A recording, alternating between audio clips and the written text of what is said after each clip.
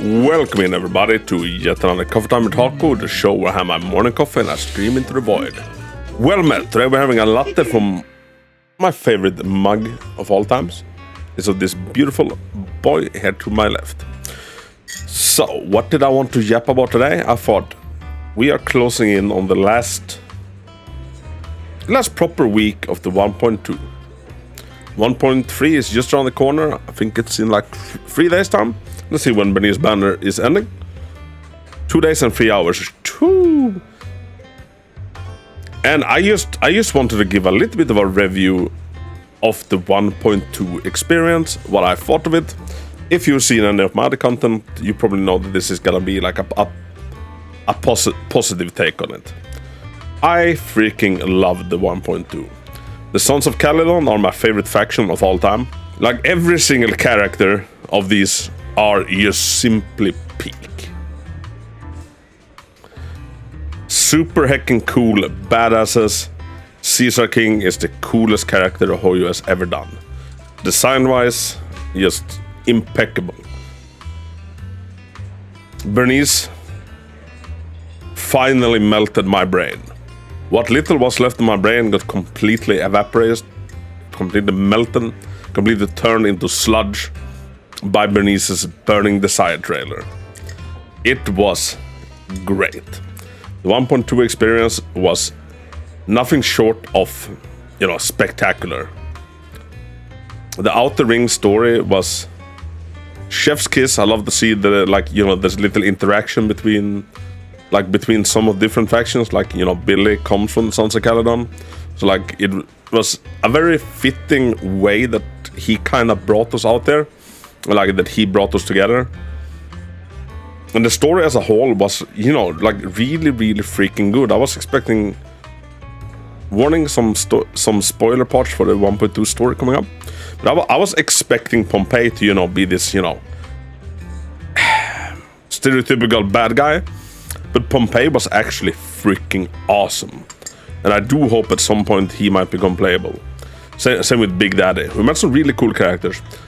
I just want, the really big type men, Guts from Berserk, big, and a little bit less of the femboy type. That's something I would have on my wish list. But yeah, overall, 1.2 was freaking amazing, and we got the Shopia Event, which, is it the best event they've ever done? I feel like it is the best event they've done so far. And I hope to see, more along these lines of events. Because, doing some boosts. Delivering some things to Shal when she's opened a stand somewhere. Those are all, good for resources. But they don't really add on to the story. They don't flesh anything out. Meanwhile, in Shopia, it was actually voiced for, a big part of it. And we got to know the Caledon gang even more. So I'm hoping to see more events in the style of Shopia. So kind of similar to the big events we have in Honkai Star Rail. Which are one of the best things about Honkai Star Rail, I'd say. And in the 1.2 we also had the Bizarre Brigade. Which is the arcade game on 6th Street. And me personally, I freaking love this. I love I love the snake minigame. I don't care super much for the Soul Hounds one. It's alright. But the Bizarre Brigade one, this one is, straight up freaking fun. It is great even. I freaking love it. So well done on making this as enjoyable as it is. I'm a big fan of Vampire Survivors, and it very much scratches the same itch. Now make a multiplayer version of it, please. And we also got the Blitz mode in the Scott Outpost in Hollow Zero, which is the mode that doesn't require any interactions with TVs whatsoever. And the mode, I love it, but it also made me realize that I kind of missed the TVs. But I think Blitz is a step in the right direction, and it's become my go-to thing to clear out my weekly investigation points.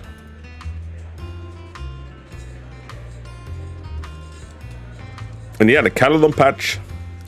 Yeah, let's call it the Caledon patch. The Caledon patch has been absolutely amazing. And I feel like the dev team, they're doing some really good things.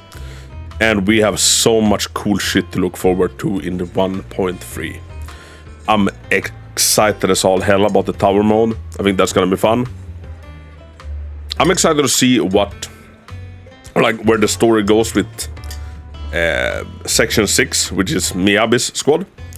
Obviously, we're gonna be delving more into holos, and now we also learned that the interests of Miyabi and Wise and Bell might, intersect a little bit. Miyabi is hunting down anybody responsible for the incident. It seems that Wise and Bell's teacher she's the one publicly blamed for the incident.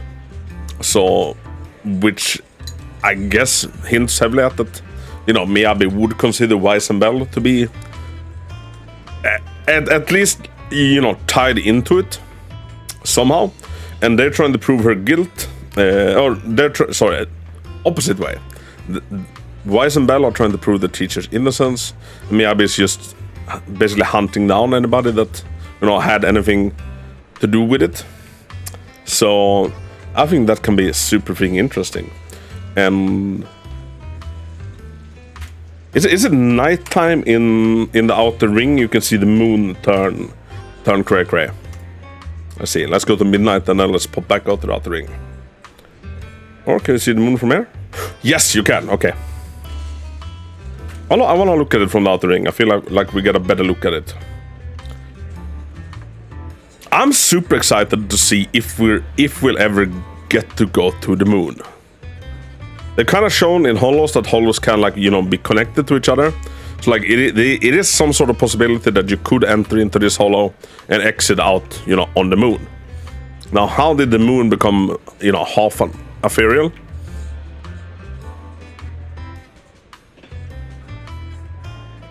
How did the moon become half a holo? Because this has to be the biggest holo in the world. If you could even class this as a holo, or is this something else?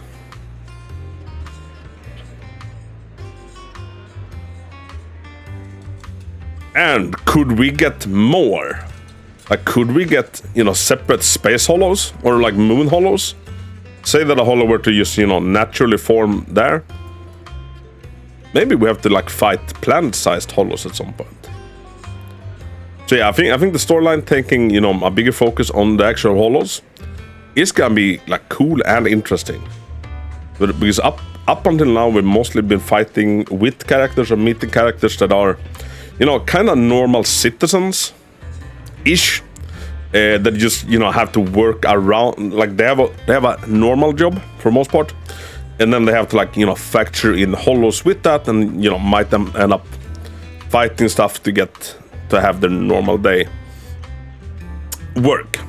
Meanwhile, now we're getting people whose actual job it is to, kick ethereal butt inside holos. So yeah, super freaking exciting. But yeah, 1.2, excellent freaking patch. Better than 1.1. I loved 1.1. I liked 1.2 even more. And above all, I think it's, such a, I don't know, it's showing such a good trajectory to where it's heading.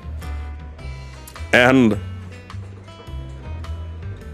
people are I don't know, it's so fun to see Zenless finally getting kind of the recognition it deserves, basically.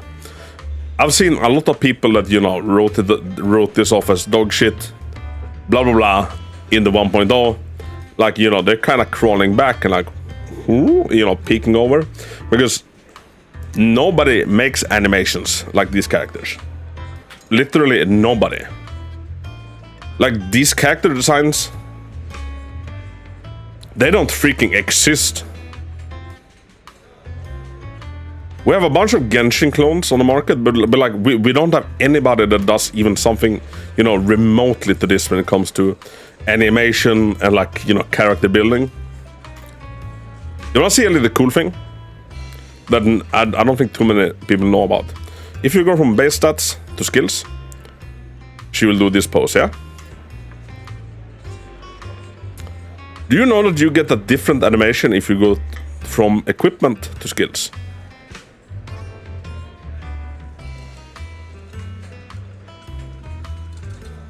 The base one. Equipment. Skills. If you had no idea about this, you have to put it in comments like, oh, I didn't know. Or you just put bang boo nose. And one of my favorite ones of these is Sokagu. Normal animation. Equipment. Skills. She freaking puts on her mask.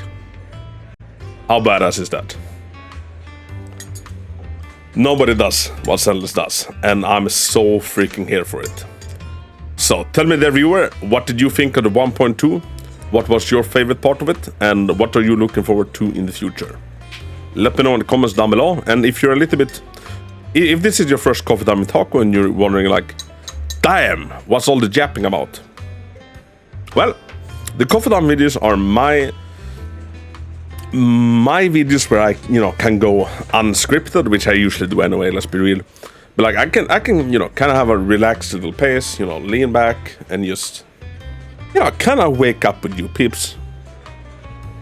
And just fangirl or fanboy a little bit about the game. Just, reflect a little bit. Share my hopes, my dreams, and everything like that. And as you should with your morning coffee. If you have your morning coffee and you're stressing, you're doing it wrong. Usually, I used to have my morning coffee out on the porch. Now it's way too cold to do that. But like springtime, summertime, early autumn time, it would always be me and my boy. Like I put him out on the lawn, he walked around on there. I brewed some coffee and I just like sat in my rocking chair. Like I have like a hanging chair, it's super comfy.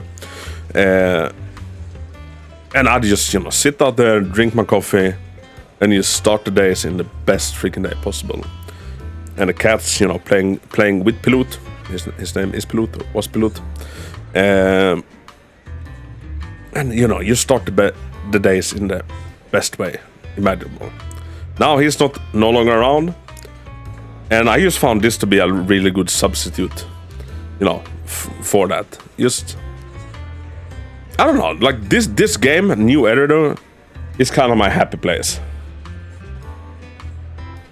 And I feel like most people that watch the coffee time videos are like, big fans of the game, so they kind of know where I'm coming from, what I'm talking about. So, yeah. But I'll stop myself from rambling on for even longer. But like I said, what's your favorite part about the 1.2?